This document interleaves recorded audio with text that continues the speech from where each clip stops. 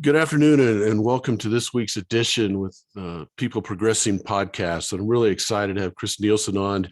He's a motivational, inspirational, leadership, you name it, speaker, and he does it with a lot of flair and a lot of flash, and has a lot of fun with his people. And just excited to have him on our podcast today. I know he's going to speak to my Vistage group next week, and I'm just really excited about having him.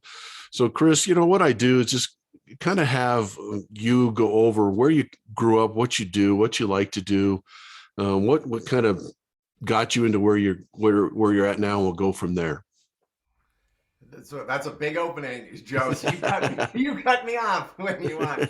Uh, I was born in Grand Forks, North Dakota, in a Oh, wow. city where my grandparents lived, and college town. My dad was a college professor. My mom became a teacher. Tons of kids, and then they took us out to the country in northern Minnesota, live on a gorgeous lake. I appreciate the lake now.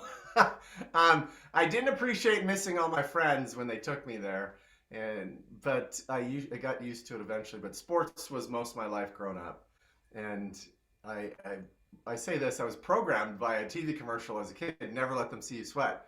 And I'm actually Oh, yeah, sweating now yeah, because I rushed to get here, yeah, and I felt I was defective. So that's one of the programs I had running in me as a kid. Now the good thing is no sports coach ever said, "Hey, don't sweat out there." yeah, yeah, yeah. But I love sports. Sports probably, connected me with other friends. I got to play in a state championship game, and as a team, we won it, and it was an amazing year to come together like we did. We finished third the year before in baseball, and in my junior year, we won the state championship. Great group of guys that all came together towards a common goal. It was an incredible experience. I went on to play a year of baseball in college and hurt my shoulder, and then went on to play tennis and other games, and basketball became my game again. Did a ton of I was entrepreneurial in school. In middle school, I sold bubble yum and bubblelicious for twice the markup. In high school, my junior year, when I was going to a high school dance, and I was going there, and I go, "How much do you guys get paid to do this?" And they said, "Oh, about I think 500 or 750 for specialty dances." And I go, "Huh." Light bulb went off. I went to my buddies that love music. I said, "Could we do that?" And we became a partnership. I sold every single club in my high school except for maybe one or two. And so we got all the high school dances. Then I sold the business off after that, and went to college and forgot, really didn't get entrepreneurial in college. Nowadays, I would go, oh my gosh, to get entrepreneurial in college these days. Yeah. Um, so then, degree in psychology, I wanted to figure out why people think the way they do, why I do think the way I do, and help other people out. So that's that. Then a number of sales and entrepreneurial jobs, all the way to where I'm today, probably last 14 years in speaking of some sort in a path to improve myself and help others. So my goal is to make a difference in this world. I'm finally found my calling. It feels like it, that I'll play with the rest of my life to make a difference and uplift other people out there. Well, let's go back to you mentioned you guys won a state championship in baseball and you played Yeah. sports, and what is the top couple things that sports gave you as a person that helped you or still helping you in life today? So many things like sports. Unlike school, school you're competing against everyone. They pitch you against everyone. It seems like in Yeah, sports you work together as a team. Now there right. are tryouts where you have to be in the top certain amount to get on a team, but we work together only like that state championship year, only because we saw that we could do it. We were so close the year before. We were all getting better. We had that goal in the gym. We played a certain song, when we were in spring in northern Minnesota. Yeah, You're yeah. not outside. You're in a gym No, throwing hard, yeah, hard balls around yeah, and slapping those leather gloves. That noise was there, and then there was a music playing from Queen. We are the champions, yeah, my yeah. friends. And That's awesome. so that song was going, we were programming ourselves with that. Everyone was on that same mission, on the same page. People were working towards a common goal and pulling each other up. It was a powerful experience. I mean, team sports and team groups like band, marching band, ensembles of any kind pull people together and they realize, wow, we can create more together than we could on our own. How much do you think that translates into the business world? Can businesses build teams that do the same thing to help that business grow and progress and win?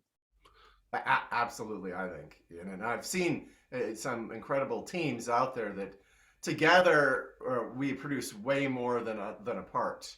And I have, there's, when you do personality tests or you do disc tests or other things, people have certain strengths.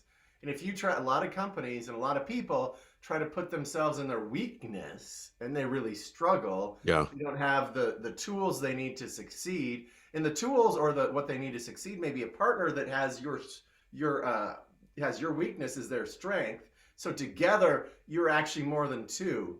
I say 1+1 or 1 and 1. That can be 11 too. It can be that powerful. Yeah. When you have teamwork versus 1+1. So 1+1 person sometimes equals 0 because they offset each other. Yeah. Yeah. Or negative. You add one person to a situation, it can take away from it. But the right people together with the right leader, the right team environment, culture, mentality can really create incredibly collaborative engagement. And it feels fun to work with people with a common goal. We were not meant to be alone out there. Yeah. We only made it to here as a species, as human beings, because we work together. Yeah. And I totally agree with that. And I think it's one of the biggest challenges that leaders that I've worked with in business, it's one of the biggest challenges they face is one, putting the people in the right spots, putting them in their Excel zone, like I like to call it, and what they do best and figuring out what they do best and then getting them to work together. It's a little different in business, but I don't see how much different it is, the correlation between athletics and business in terms of teamwork and how you work as a team. What is one of the obstacles or biggest obstacles that you're seeing now that you're working with all these businesses? What's some of the obstacles that you're seeing that's holding businesses back from progressing and growing? I think part of it's just their mindset about things, what's possible and what isn't possible. They have in their mind, here's the way we've done it. Now, the best businesses are in certain organizations, certain groups, they have to make change. But even them, they're missing out on some things. They change here let's say with software programming, they're constantly making change. Yeah. But in another area, they may not be. It's when I ask people, write down the word change and what comes to mind. And I love all these leaders that go feedback, progression, all these things. And I said, and then I say, well, I've got a feedback. I write that word down as well. Feedback. What do you got with that one? Because feedback can lead to change. So, and feedback, I go get better, excel, all these positive things come up again. And then I ask if I say this, I've got a little bit of feedback for you, Joe. Yeah. Yeah. What's the first thing that comes to mind? Negative. Yeah, we've got so many negative programs in us. Right. And I know so many people, even some leaders that say people just don't change. Everyone is capable of change. One of the things that I came to is every choice we make that we make over and over again basically becomes a solidified choice, meaning it becomes a habit. And eventually, if we live long enough to go past that, we realize we actually don't even remember that it was a choice at some point. Yeah. We made that choice, but we didn't even know it. And most of these habits we have happen as kids and got programmed in us then. And I have a say that the biggest power that you have as a human being is choice. Yeah. You get to choose how you want to deal with things. You get to choose how things are handled in adversity situations with you, team situations, all those things is your choice.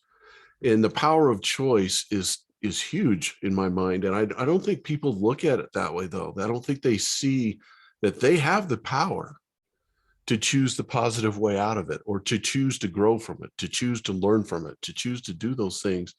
And what a powerful thing that is for us to have. And I want to go back a little bit to you. You had said you kind of had that entrepreneurial spirit in high school, which was awesome. And then you said something really interesting that caught me when you got into college. You wanted to find out how people think and why they think the way they do. Tell me a little bit, go deeper into that. I think that's very intriguing. I love the same thing. People intrigue me. What made you think that way? What made you want to find out how people think and so forth? Does that make sense? Yeah, I think part of it was actually my own insecurities, my own programs that could I change this? Why am I this way? Why do I think this way? Why am I having difficulties? Like I talked, I was programmed. I sweat a lot, uneasily, and I made that bad because of what I saw on TV and commercials, like the Never Let Them See You Sweat. But there's movies too, where I remember specifically a movie where a newscaster was this brilliant newscaster, but he was behind the scenes. Yeah. And the guy that was the main newscaster would just read the teleprompter. Really good at it, powerful person, persona. But the guy that was brilliant, he got on camera once and he just poured sweat and, never on camera again. And you see how defective it is. And that's just one program, one way we're programmed. Mhm. And we're programmed in probably hundreds of different ways to feel not good enough. And I didn't realize it at the time. I say this culture is constantly shooting people with the message, you're not enough, to get them to buy things they really don't need and do things that, who knows, who thinks best for them. So this I'm not enough program is being put out there 24/7, and I was filled with it and I didn't know it. No matter Wow. what I did, I was afraid to ask a girl out unless I was really motivated. Now, when I was motivated, I did it. And I was probably naturally on the introverted side. And I still, am to a degree, I recharge privately. But now I have a freedom that I didn't have. And I'll share another program that I had as well that I have no idea that followed me. I probably was only aware of this in the last seven years or so. Maybe 10, probably around 10 years that I started working on it. That when I was wrong about something out here, I felt wrong inside. So I never wanted to be wrong. I hated to be wrong about anything that I said. And I remember all of a sudden arguing something, so sure I was right, and then all of a sudden clicked, oh my gosh, I'm wrong. I was so stubborn and so insecure, I couldn't admit, oh, I'm wrong about this. I Mhm. had to Yeah. try to justify my crazy position. So I wanted to figure myself out and other people out, probably first for myself. And then it probably came even in sports psychology, because I remember this. After we won the state championship, some of the older guys moved on and I was moved to a leadoff hitter. And my mom, I think, or someone had given me the book Sports Hypnosis. Hmm. And I could see the ball all of a sudden was slower, bigger. I could see the movement of the ball as it came towards the plate, and I was just crushing it. And I go, wow, this stuff works. Now, the crazy thing is I only practiced that for about 3, 4 months. I got into this, it's working. Now, it probably stuck with me a little bit longer that, but I'm amazed that I didn't stick with that more. And then my mom's a high school counselor, and I watched how much really good she did in the world. And that really became, later in a story that I tell at my 20-year reunion, when people came up to me and said, oh my gosh, your mom saved my life. Isn't that awesome? Yeah, your mom's the reason I graduated. Your mom's the reason I became a teacher. Your mom's the reason I became a high school counselor just like her. And, there was lots of people that did that. And I started to say, I'd lived a fairly selfish life, I think, up till then. When people asked for help, I gave it, but I didn't, look to give it.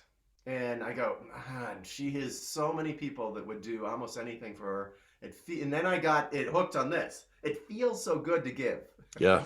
Yeah. Once I got hooked on that, once I realized that's even better than taking, I go, I'll do this for the rest of my life. Yeah. I have a saying that you find your purpose when your purpose is greater than yourself. And Oh, we're lucky when our purpose is greater than ourselves. I yeah, mean, that's isn't uh, that awesome?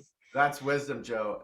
When our purpose is greater than ourselves, life, it just pulls us. Yes. It draws us in. Yeah. You talk about more fulfillment, more peace of mind, more joy in life is when your purpose is greater than yourself. And I look at you said, and you said something that really was intriguing, Chris, when you said that we're programmed to think we're not enough.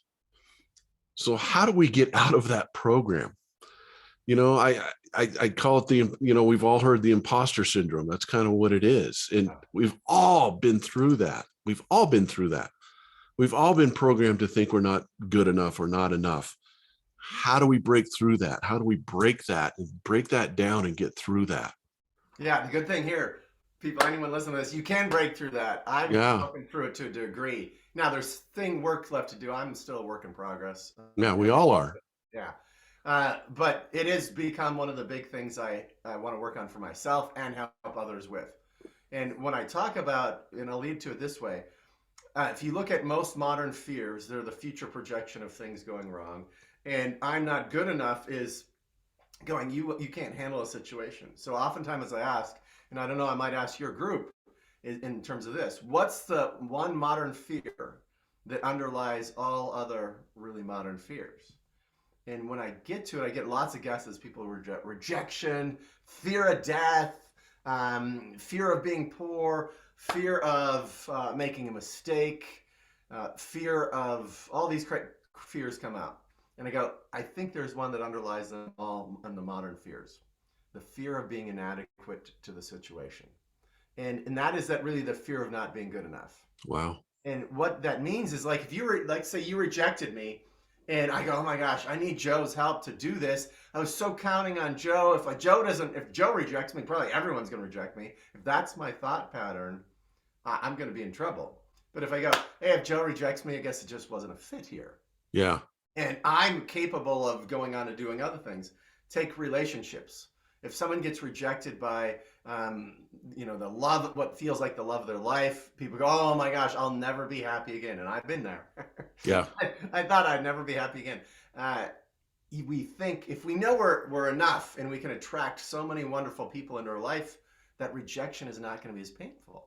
So knowing one is the awareness. If you are now aware that you have this I'm not good enough program living in you, and then you can start seeing how it's impacting your life, and you can ask yourself, it's true.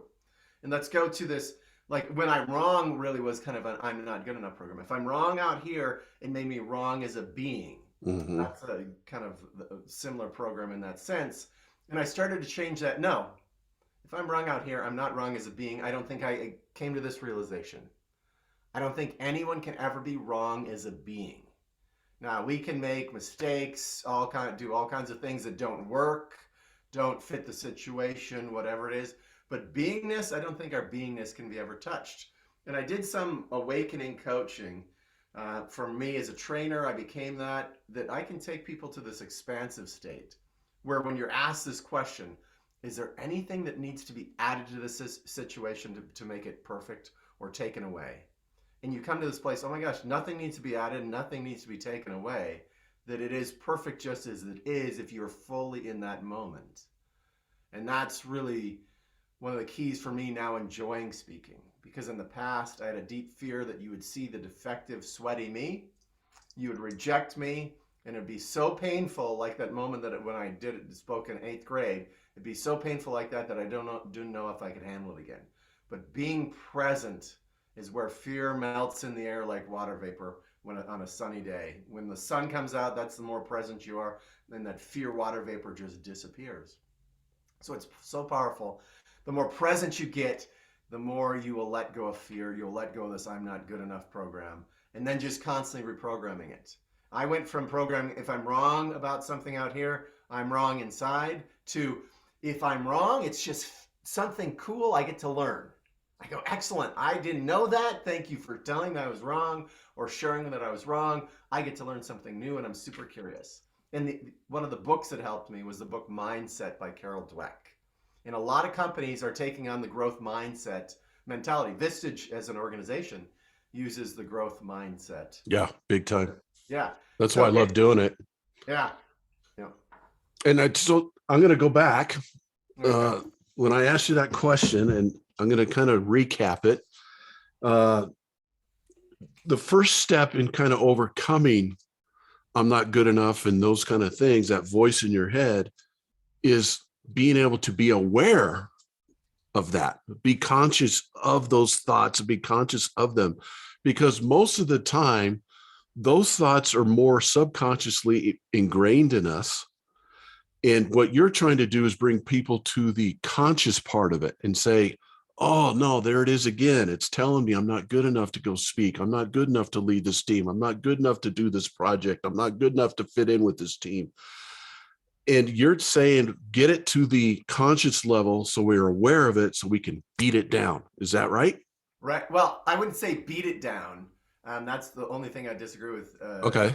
Okay. Because when you beat something down, it becomes kind of desperate in some sense. I'd go be Okay. aware of it, see it, and almost, I say this almost, hey, I know you were there to serve me in the past, but I'm choosing, another avenue now. And that, what I say is this, my girlfriend would ask me, hey, can you promise not to do that ever again? And I'd say no. And she goes, what do you mean, no? I know myself. I've been programmed in this for 50 years. Yeah. I can't promise that my first reaction won't be that, but I can promise you this. If you remind me of it, I will change it immediately. Yeah. So my Wow. first reaction, we're so programmed that these just pop out like a reaction. And the awareness goes, oh, do I get to choose? I share one of my compass questions with you that I use to reprogram myself on a daily basis. So one of the things you can do is ask yourself questions. Once you have awareness, then you Right. can ask yourself questions to reprogram it. And here's one of mine. Am I coming from scarcity or abundance? Am I coming from scarcity or abundance? And the first answer out of my mouth a lot of times is a scarce answer, Right. or that wants to escape me. Joe, you asked me, hey, do you want to work with a charity that, helps people in Denver? And I go, the first answer is maybe no. Then the next, that start to come out, then the next is yes, I could do it via Zoom. I love if I can speak into an organization and do some uplifting, I would love to do that. So how do you find that? What's the more abundant answer? Abundance feels expansive. So there's that question you're asking yourself. And here's another question I ask myself with listening to be a better listener. Am I listening with a willingness to be changed? And I go, oh, I was just formulating my own answer in my head. I wasn't even fully listening. Let's get back to present and let's listen to this person. So questions that we ask ourselves trigger one, awareness gets triggered. Don't make that bad that we're triggered in that way. And hey, I could choose that scarce choice if I want, or I could choose a more abundant choice. And with my daughter, when she was a teenager, we had some difficult years. And I would remember typing an email to her mom and being so angry and sending it to a friend of mine first, just having the awareness, how is this going to be perceived?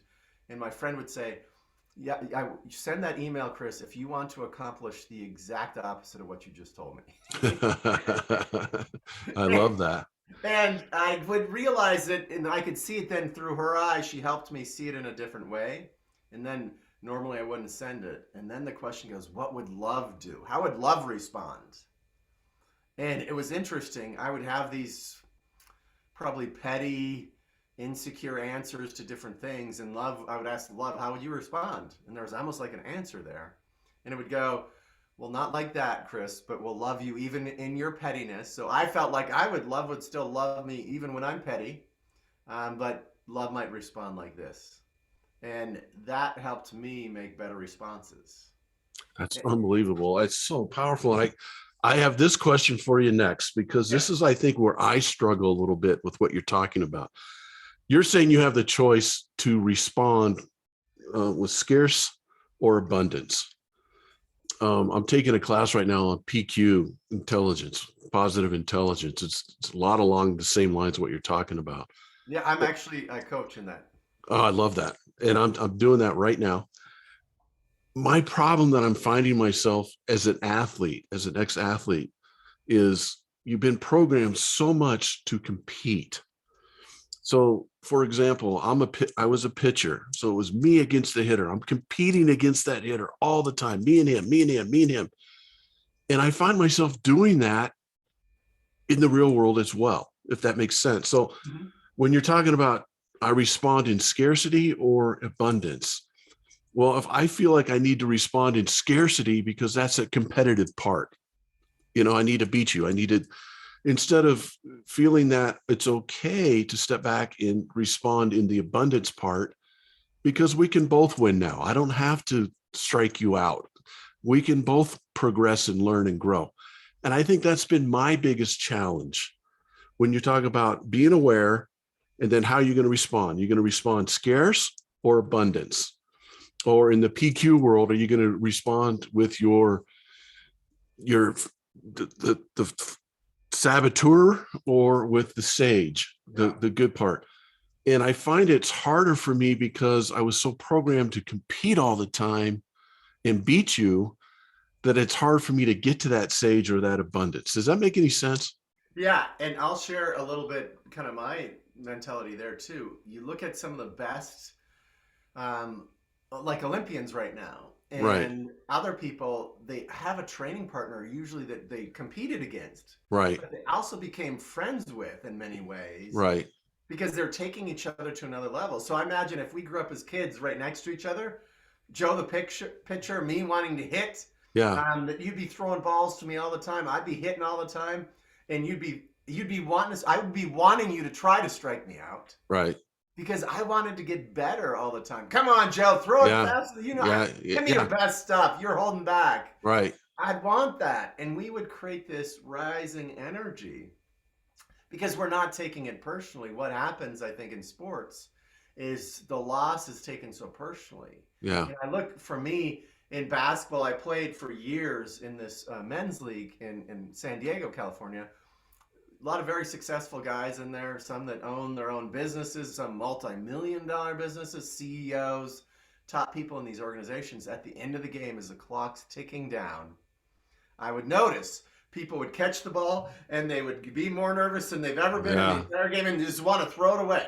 And I knew these guys, and I'd go as I would remember one of my friends really guarding one of those guys super tight, great defensive player. I went up to him and said, "Joe, you're playing horrible defense." yeah, He goes, "What do you mean? I got my guy completely covered."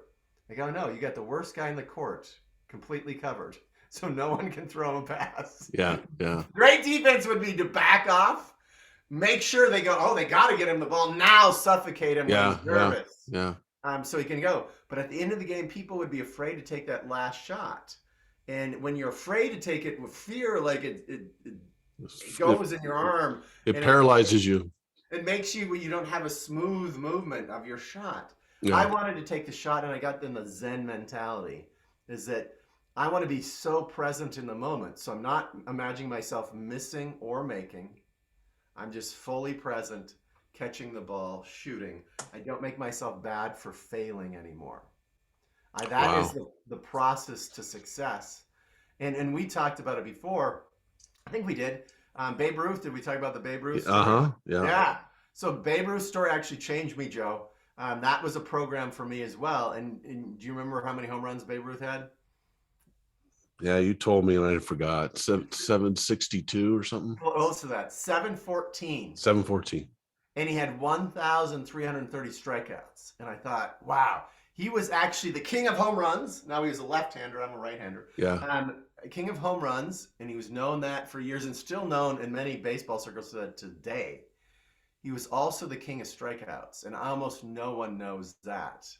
Yet you can find it on the internet very easily. yeah, And there was a story I read that at the time baseball writers would write striking out as a shameful act. So imagine that you feel ashamed, and I remember feeling ashamed of striking out, and our coach would tell us too, choke up on the bat, take, punch, swing, make contact, yeah, yeah, at least put the ball in play. yeah, Don't strike out.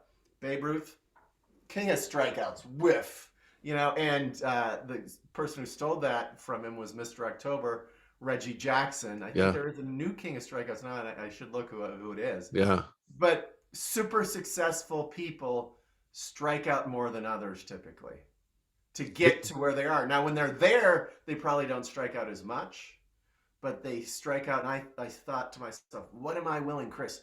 What are you willing to strike out at 1,330 times to be at the top of your game? And Wow. I'm still striking out at speaking. I'm still Wow. working on storytelling. I'm still working on coaching and uplifting my audience. So I'm still striking out. And I'm willing to do that now because one day people go, wow, whoa, Chris, that's pretty good stuff. That's awesome. So I don't feel bad for failure.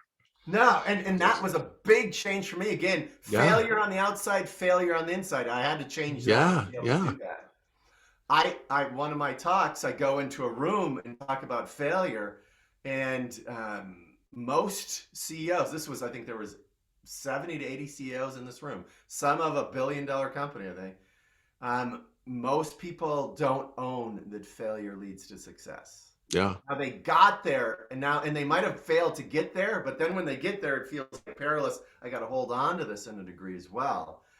Or they'll fail in certain areas because I mean they've gotten to the peak, Yeah. Yeah. and they've failed. Probably most of them have failed significantly to Yeah. get there, but some of them are still haven't fully owned it in their business practices and things like that. That is so powerful. When you say that, it's just thinking about when Babe Ruth struck out, he failed, but he probably never felt like a failure.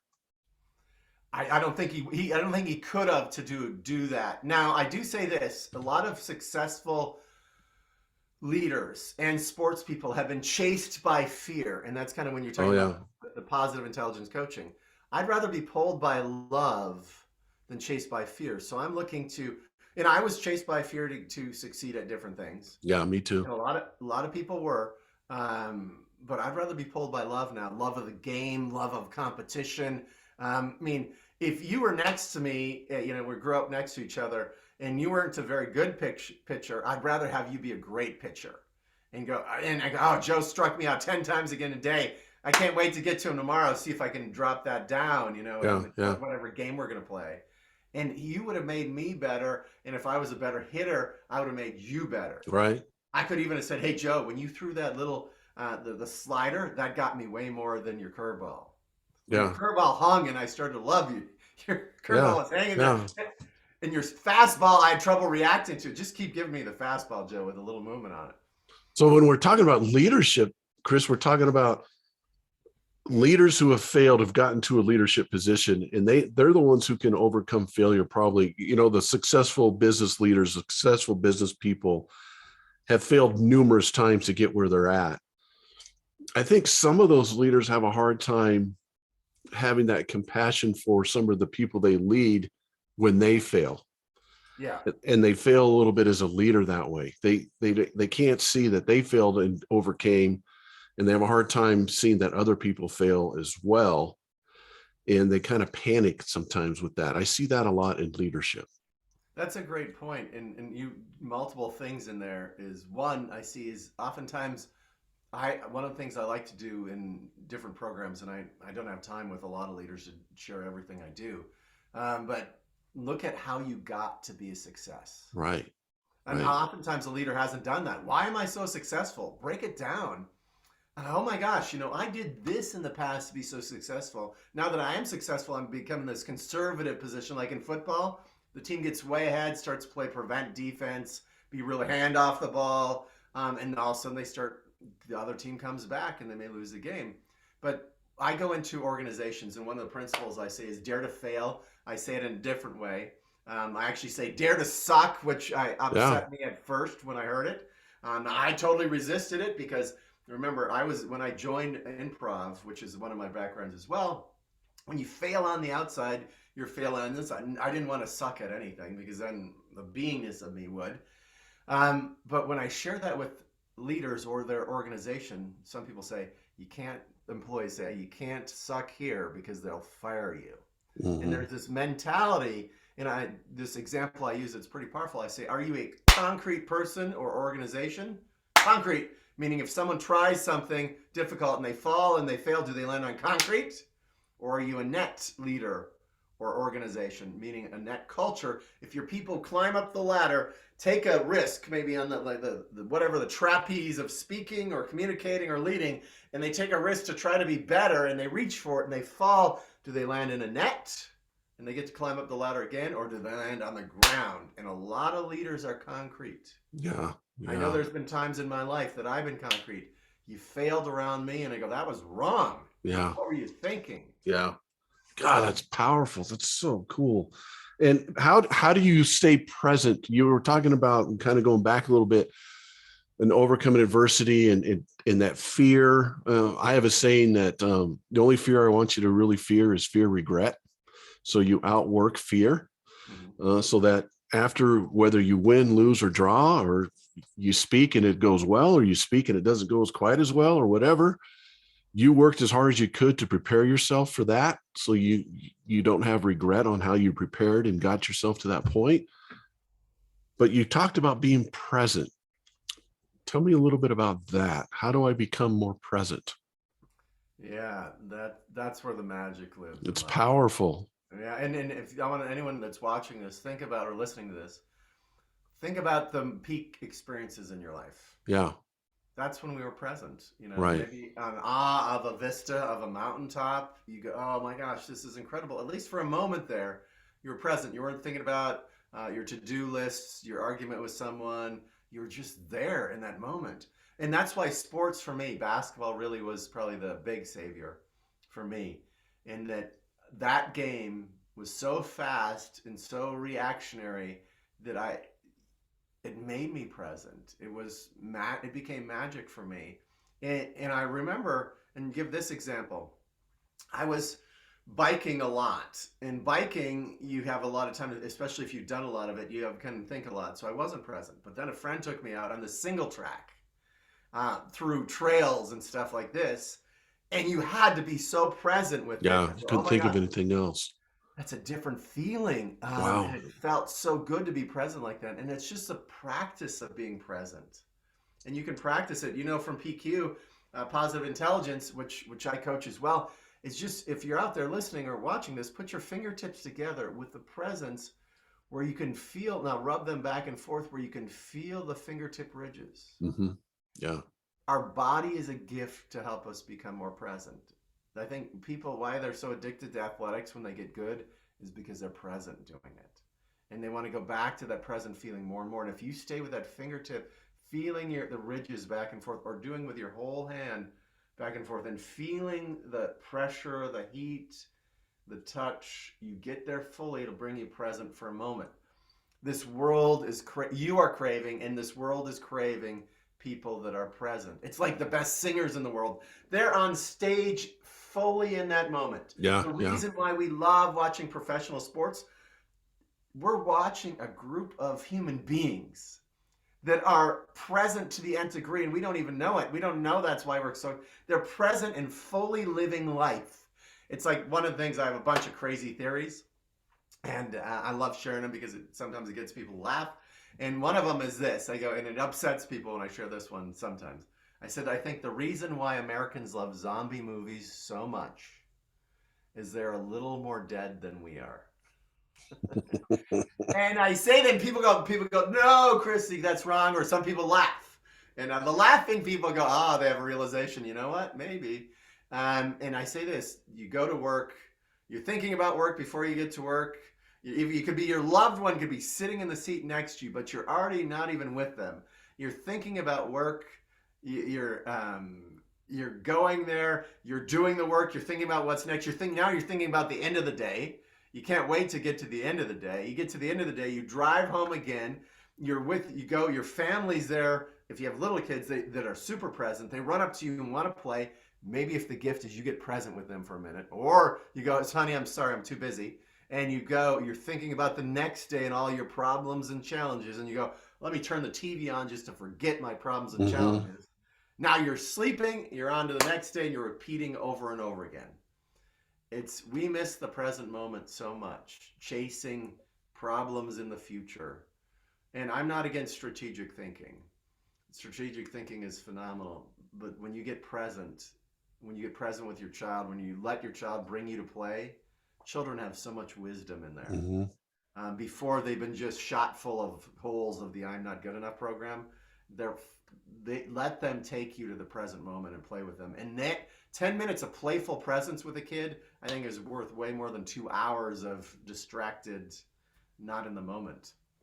So Powerful. And it's made me think when you're talking about being present, I want people to think about when they had a meeting with a client, or they had a meeting with their spouse, or they had a meeting with potential employee or one of their employees, and they walked out of there feeling really good about it. Or when I speak and I walk out of a speech and I feel really good about it.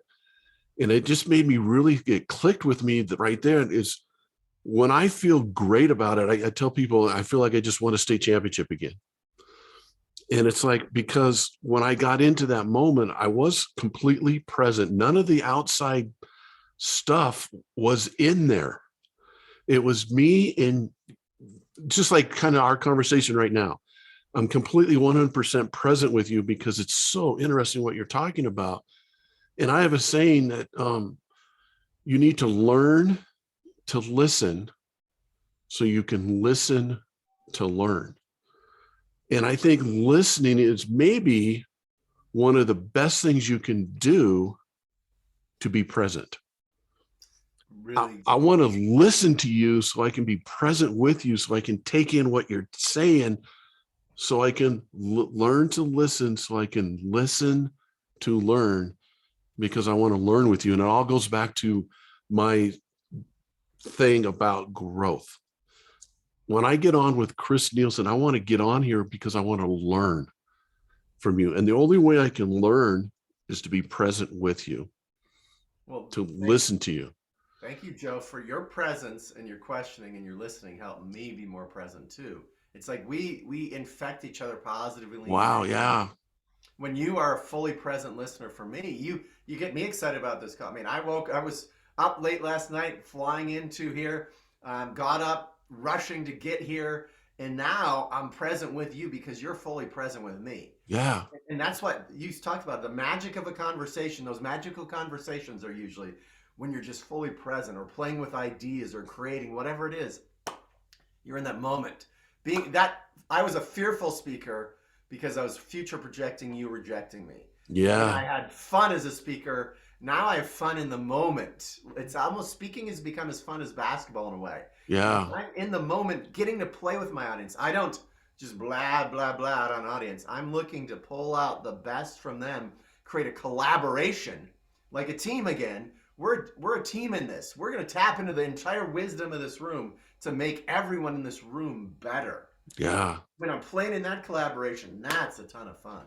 Wow, that's so Yeah. cool. I love it. Yeah, and that's what when I speak, I loved it. I got to speak at a leadership conference about a week and a half ago, and I got to do two sessions. The first one went okay. The second one, I felt I was more present in it, Yeah. and I let the other stuff go. And when I walked out of the second one, I was like, "Wow, that was awesome! That was I, awesome! I'm with you. I crave Love those.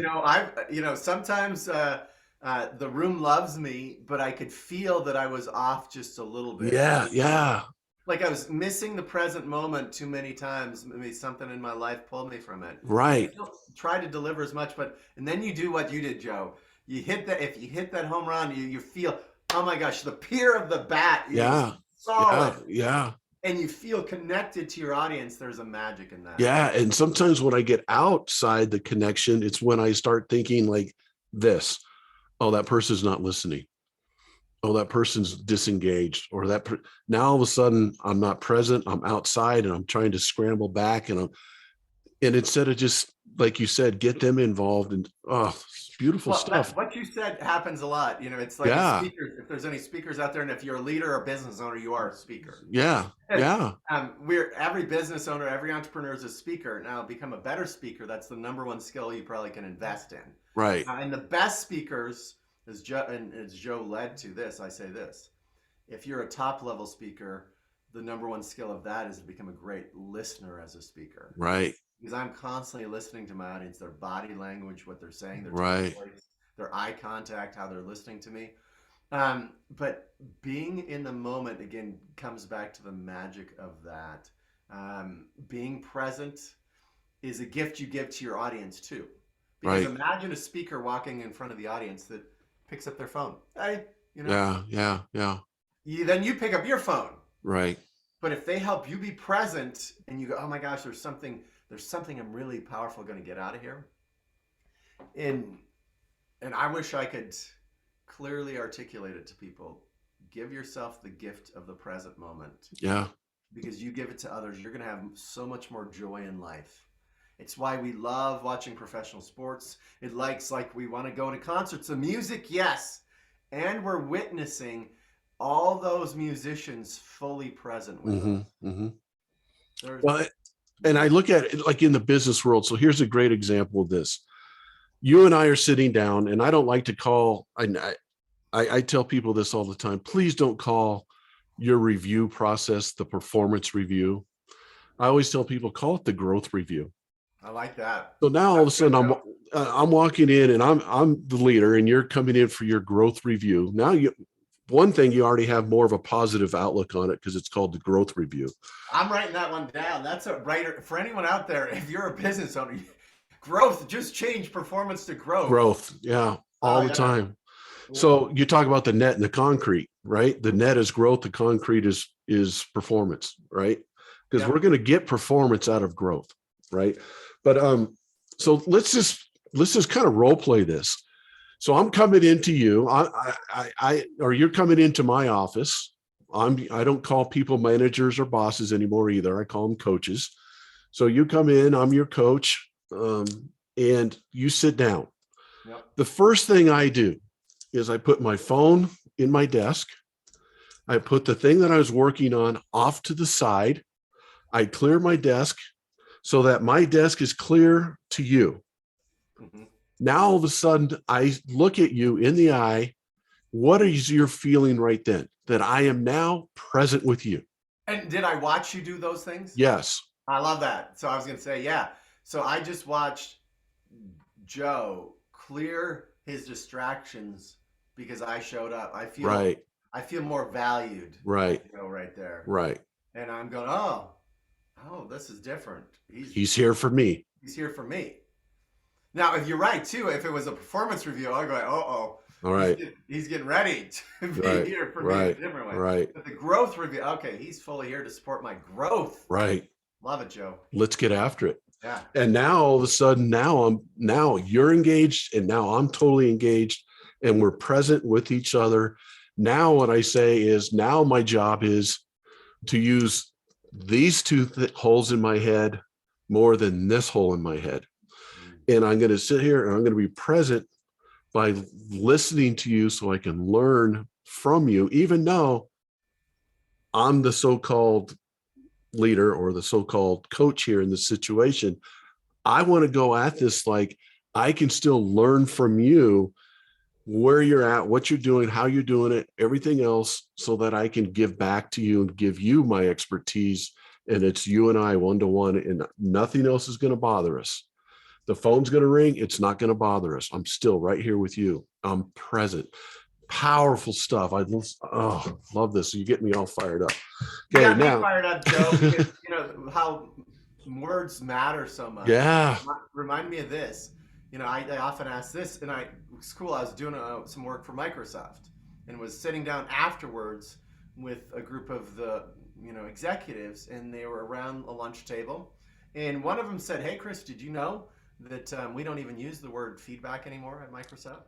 I said, I had no idea. I go, "So what do you use instead?" And they use, I have perspective. Okay. Yeah. I want to share perspective with you. Right. And I think that was it. It's been so long since I shared that. Yeah. I want to share perspective with you. And I said, "So how long have you been doing that?" In a few years, perspective will be as negatively charged as feedback was. Yeah. Yeah. But feedback became a negatively charged word for so many people. Right. And it's like performance review. If they knew for a fact that you're going, how the performance review is to help you become a better performer because we already know you're awesome. We've invested our time and money and we want you to be even more awesome. Right. Very different. But the growth review, growth is an expansive feeling. Most times when people think about performance, they're going to pick apart me and they're actually going to poke at my holes that I already exist. Yeah.